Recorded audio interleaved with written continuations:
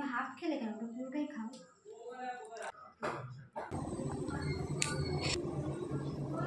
সুপ্রভাত বন্ধুরা, Sanchita's cooking and ব্লগে নতুন একটি ভিডিওর সঙ্গে তোমাদের সকলকে জানাই স্বাগত। দেখো সকালবেলায় ঘুম থেকে উঠে গেছি, এখন কিন্তু আর কি সকালবেলা বিছানাতে বসে আমি যেটা করি বড় মাকে প্রণাম করে তারপরে আমার গুরুদেবের আর কি দীক্ষা নেওয়া রয়েছে, সেই গুরুদেবের জপ করি নাম।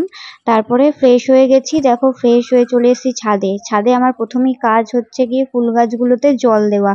তো চলো গাছগুলোতে জল দিয়ে নি। আর সকালবেলায় না মানে ছাদে আসলে ওয়েদারটা বেশ ভালো লাগে, আর বেশ মানে ফুরফুরে ওয়েদার, তো বেশ ভালোই লাগে। যাই হোক, তো চলো এখন গাছগুলোতে দেবো জল।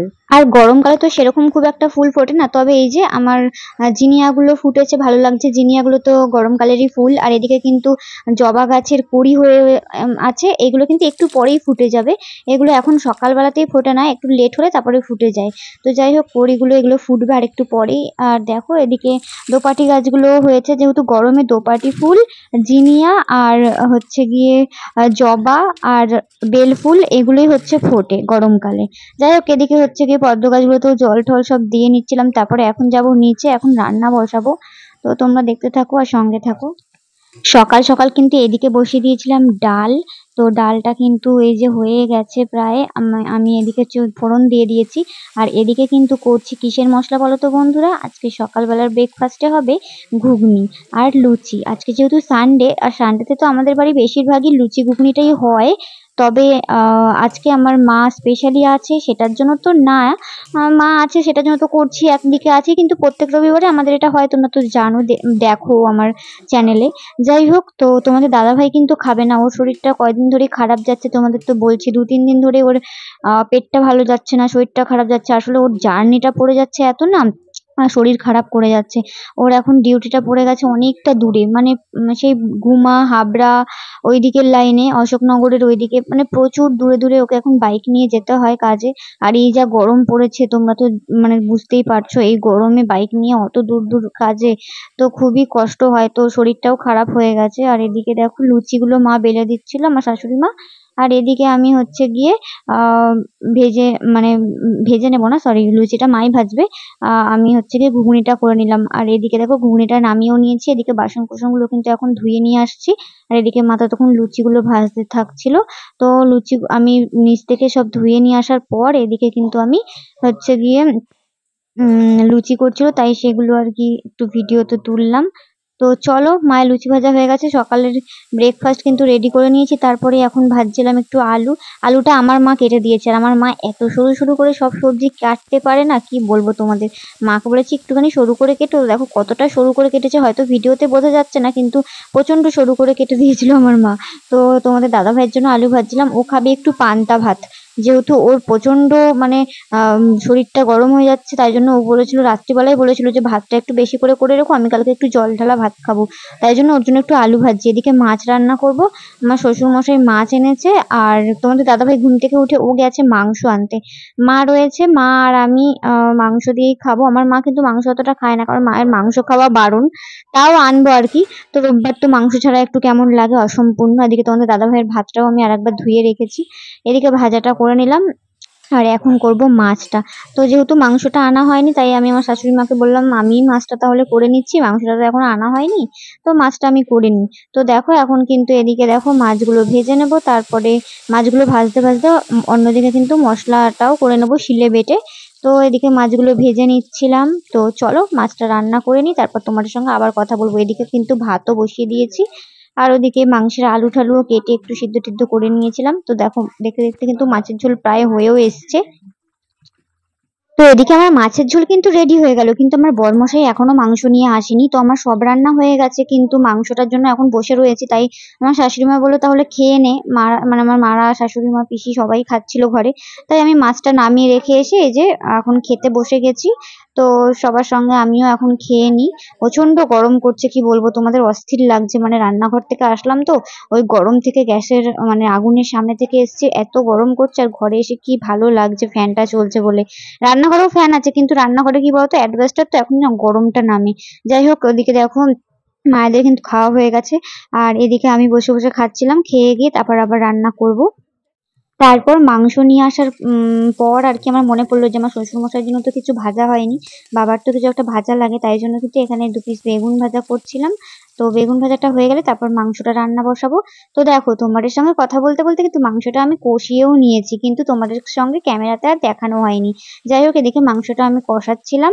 তো মাংসটা আজকে খুব ভালো করে অনেকক্ষণ কষিয়েছি, তো প্রায় তেল ছেড়ে এসেছে, তোমরা দেখতেই পাচ্ছ। যাই হোক, আজকে কিন্তু মাংসটা একদম পাতলা ঝোল করব, কেননা এই গরমে না আমরা বেশিরভাগই ঝোলটাই এখন খাচ্ছি, এটাতে কিন্তু কোনো প্রবলেম হয় না। তোমাদের দাদাভাই তো খাবে না, ওর শরীরটা ভালো না, তাই জন্য ও মাছের ঝোল দিয়ে খাবে, মাছের ঝোলটাও করে রেখেছি।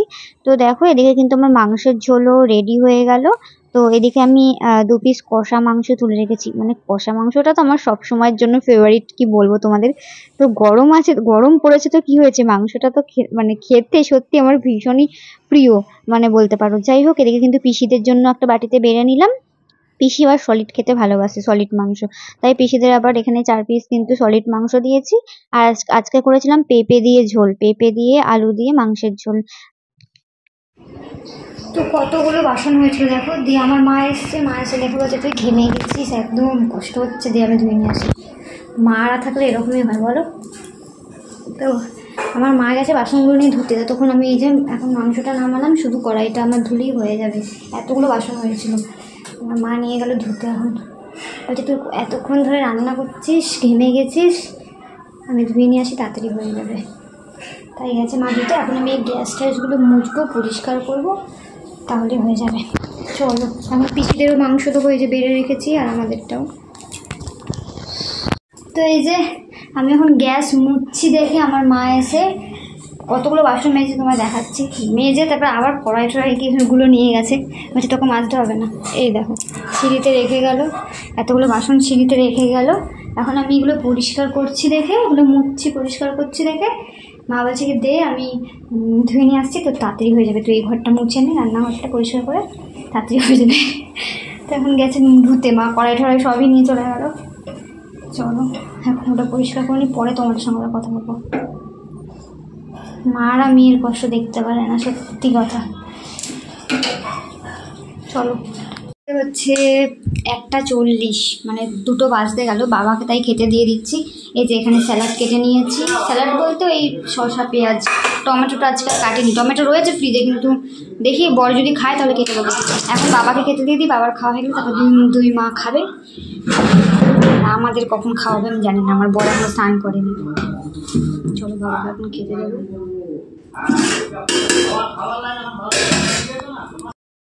তো এদিকে কিন্তু 1:30 বেজে গেছে বলে আমার শ্বশুরমশাইকে আমি খেতে দিয়ে দিয়েছিলাম। তো এদিকে বাবা খাচ্ছিল, আর যেহেতু খালি গায়ে ছিল তো তাই জন্য আমি একটা স্টিকার দিয়ে দিয়েছিলাম, কেননা যেহেতু কপিরাইট চলে আসতে পারে সেই কারণে। এদিকে তোমাদের দাদা ভাইও দেখো এখানে হচ্ছে কি এখন দাড়ি কাটতে বসেছে, এখন বাজে কটা দেখো, 2টো বাজে, ওর এখন দাড়ি কাটার কথা মনে পড়েছে। আর তারপরে বাবার খাওয়ার পর আমার শ্বশুরমশাইয়ের খাওয়ার পর আর কি মানে 2 মায়ের জন্য কিন্তু ভাত বেড়েছি, আর দুজনে ফোন দেখছে, মানে ফোনে ভিডিও দেখছে আর হাসছে। ভাত বেড়ে রেখেছি দুজনে এখনো ফোন দেখে যাচ্ছে বসে বসে। যদিও আমি বললাম যে একটু দাঁড়াও, কেননা মায়ের ডিমটা সিদ্ধ করতে ভুলে গেছিলাম। আমার শাশুড়ি মা যেহেতু মাছ খেতে চায় না, তাই ডিম সিদ্ধ খাবে বলেছিল, তাই ডিমটা সিদ্ধ বসিয়েছি। ডিমটা সিদ্ধ হয়ে গেলে মারা খেতে আসবে।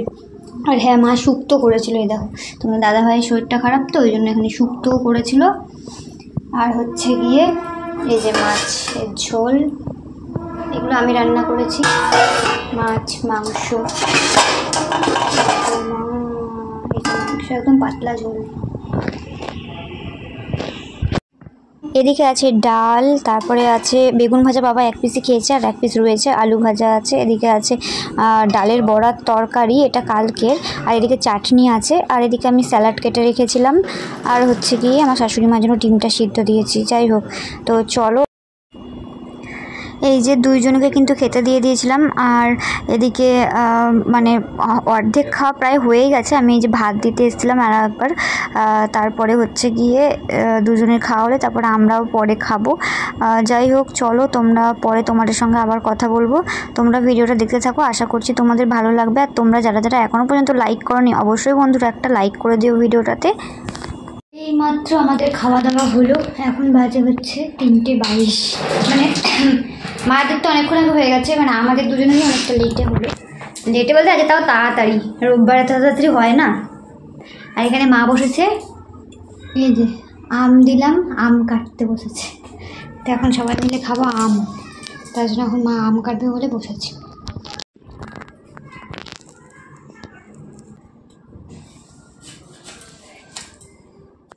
তো মা এদিকে আম কাটছে আর আমি এদিকে বসে বসে এই যে আম খাচ্ছি। এত মিষ্টি আমগুলো।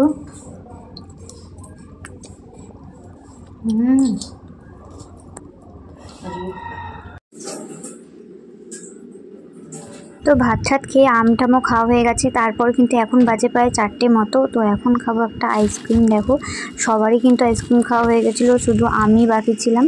তো তাই আমি এখন এই যে একটা আইসক্রিম নিয়ে নিচ্ছি। আর এই আইসক্রিমটা তোমাদের কার কার ভালো লাগে আমাকে বলো তো। আমার তো ভীষণ টেস্ট লাগে আর কি। আমুলের এই রাবড়ি কুলফি যে আইসক্রিমটা, এত টেস্টফুল কি বলবো তোমাদের। এদিকে আমার বড়মশাইকে বললাম তুমি কি একটা খাবে, বের করবো, বলছে না আমি এখন খাবো না। যাই হোক, যেই আমি এখানে অন্ধকার ছিল ঘরটা, তাই জন্য কিন্তু পর্দাটা তুলেছি বলে যে প্যাক প্যাক করছে, বলছে এই পর্দাটা দাও আলো আসছে। তো সন্ধ্যাবেলা এক দাদা এসেছিলো আমাদের বাড়িতে, মানে আমার এক ভাসুর হয়, তো ওরই এক কাকার ছেলে। তো যাই হোক, দাদা এসেছিলো, দাদাকে প্রথমে চা করে দিয়েছিলাম, তারপর আমার বরকে পাঠালাম যে তুমি কিছু একটু এনে দাও। তো দেখো ওই যেদিকে চপ টপ নিয়ে এসেছিলো, তাই সেগুলোই আর কি বেড়ে নিচ্ছিলাম দাদাকে দেবো বলে। চপ এনেছিল, ভেজিটেবিল চপ এনেছিল, তারপরে স্যান্ডউইচ এনেছিল, আর হচ্ছে গিয়ে পেঁয়াজি এনেছিল। তো যাই হোক, সেগুলোই আর কি এখন প্লেটে গুছিয়ে নিচ্ছিলাম, ওই দাদাকে দেবো তাই জন্য। তো চলো তোমরা দেখতে থাকো। আর এই আজকে না একটু বিকালের দিকে, সরি দুপুরের দিকে একটু বৃষ্টি হয়েছিল, মানে আমরা খাওয়া দাওয়া করে তারপর না একটু বৃষ্টি নেমেছিল, আর ওয়েদারটা ঠান্ডা করে দিয়েছে, সেই জন্য কিন্তু চপটা তোমাদের দাদাভাই নিয়ে আসলো। গরম থাকলে কিন্তু চপ নিয়ে আসতো না, কেননা ও বলছিল যে ওয়েদারটা একটু ঠান্ডা আছে, তাহলে চপ টপ স্যান্ডউইচ এগুলো নিয়ে আসি। বললাম ঠিক আছে নিয়ে আসো। আর যদি মানে ও বললো যে যদি গরম থাকতো তাহলে চপ টপ নিয়ে আসতাম না, চাউমিন টাউমিন নিয়ে আসতাম। বললাম ঠিক আছে, তাহলে স্যান্ডউইচ ভেজিটেবিল চপ এগুলোই নিয়ে আসো। তো এই যে দেখো নিয়ে এসেছে। তো এখন হচ্ছে কি ওই দাদাকে গিয়ে দেবো। এদিকে কালাকাঁদ, আর কালাকাঁদ দাদাই নিয়ে এসেছিলো। আসলে দাদার ছেলে মাধ্যমিক পরীক্ষা দিয়েছে, মাধ্যমিকে খুব সুন্দর রেজাল্ট করেছে, খুব ভালো রেজাল্ট করেছে, সেই জন্য মিষ্টি নিয়ে আমাদের বাড়ি দেখা করতে এসেছিলো। যাই হোক, তো চলো এখন এটা দাদাকে গিয়ে দেবো। তো এই যে একটা দাদা এসেছে, তাই জন্য বলেছিলাম কিছু নিয়ে আসতে তোমাদের দাদাভাইকে। এই যে আজকে তো বেশি গরম নেই আর কি, ঠান্ডা ঠান্ডা ওয়েদারটা আছে, সকাল থেকে মেঘলা। এই যে এখন স্যান্ডউইচ নিয়ে এসছে, পেঁয়াজি নিয়ে এসছে, ভেজিটেবিল চপ আর আলুর চপ নিয়ে এসছে, আর এদিকে মিষ্টি বেড়ে নিয়েছি। তো চলো এখন দিয়ে আসবো। তো এরপর আর ভিডিওটা শ্যুট করা হয়নি, তার জন্য আজকে ভিডিওটা এই পর্যন্তই। তোমরা সবাই ভালো থেকো, সুস্থ থেকো। আশা করছি আবার নেক্সট ব্লগে তোমাদের সকলের সঙ্গে দেখা হবে।